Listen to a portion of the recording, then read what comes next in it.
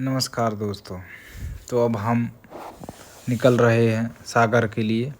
सागर के बाद हम सांची से भोपाल और फिर वापस सागर और फिर अपने घर आ जाएंगे। तो अब हम जबलपुर से कुछ दूर चलने के बाद हमने अपनी टंकी को फुल कराया, जो कि लगभग 860 रुपये में 8 लीटर लगभग आ गया, क्योंकि उसमें हमारी टंकी पहले से 3-4 लीटर के लगभग था।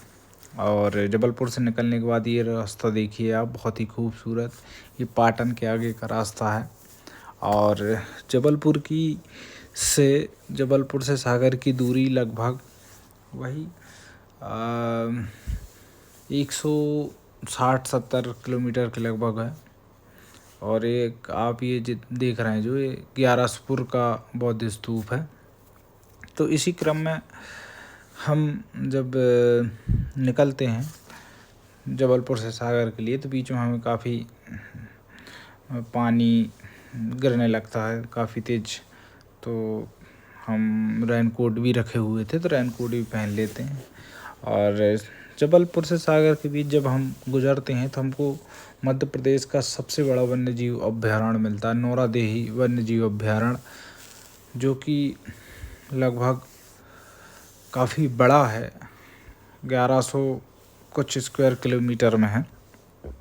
तो ये काफ़ी वन्य जीव अभ्यारण्य, इसमें चीतल, सांभर और जंगली भैंसा, बहुत सारे वन्य जीव हैं।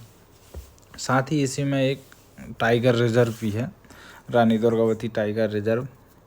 तो आप अगर जब इस रूट से जाएं तो आप जंगल का लुत्फ़ उठा सकते हैं। अगर आप प्रकृति प्रेमी हैं तो आप इस चीज़ का आनंद ले सकते हैं। हमको तो बहुत ही मज़ा आया इस रोड में गुजरने से। और इस सड़क से मैं कम से कम 3 या 4 बार बाइक से जा चुका हूँ।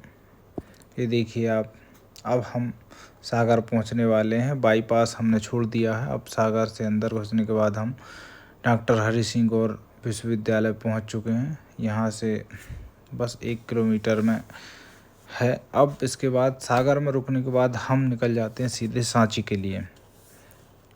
तो और ये पुनः सागर की कुछ क्लिप थी, तो आप देख सकते हैं, बहुत ही शानदार व्यू है।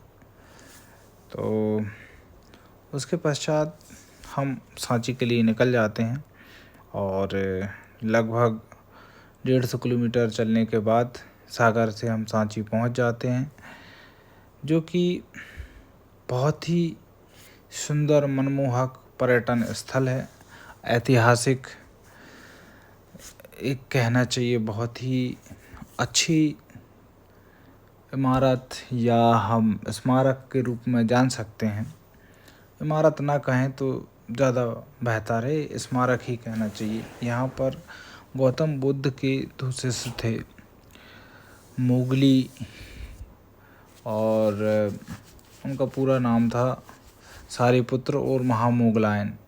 2 शिष्य थे, उनकी अस्थियाँ रखी गई हैं, तो इसलिए ये बौद्ध स्तूप बनाया गया है। ये 1989 में विश्व विरासत में शामिल हुआ था, यूनेस्को की जो एक साइट होती है जहाँ पर दुनिया के सबसे बहुत ही अच्छे विश्व विरासत में शामिल किए जाते हैं। अब देखिए, हम गाड़ी खड़ी करने के बाद हम टिकट कटाने के बाद हम अंदर जाते हैं। और अंदर जाने के बाद हम पूरा एक एक से, इनकी जो आप देख रहे हैं ये क्या कलाकृतियाँ हैं, ये जो वास्तुकार, जो शिल्पकार थे, बहुत ही अद्भुत थे। इन्होंने कितनी मेहनत की होगी। ये देखिए, ऐसे आजकल देखने को नहीं मिलेंगे। इतनी कारीगरी, महीन बारीक रूप से आप देख सकते हैं। आज के जो मिस्त्री हैं वो सिर्फ मिस्त्री हैं, वास्तुकार नहीं हैं। तो ये जो है, ये प्रदक्षिणा पथ कहते हैं हम इसको। ये ऊपर भी है और ये नीचे वाला है। तो आसपास आप घूम सकते हैं। बहुत ही शानदार नमूना 4 प्रवेश द्वार बनाए गए हैं, इनको तोरण द्वार भी कहते हैं।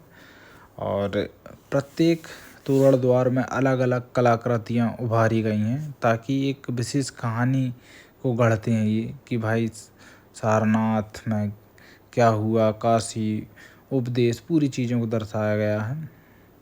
और आप इसके बारे में हिस्ट्री पढ़ेंगे तो और ज़्यादा अच्छे से आपको नॉलेज प्राप्त होगा। और यहाँ पर एक तख्ती लगी थी और इसमें कुछ बातें लिखी हुई हैं जो उस समय के अशोक, गौतम बुद्ध जी और भी अन्य लोगों के बारे में कि भाई कैसा क्या है।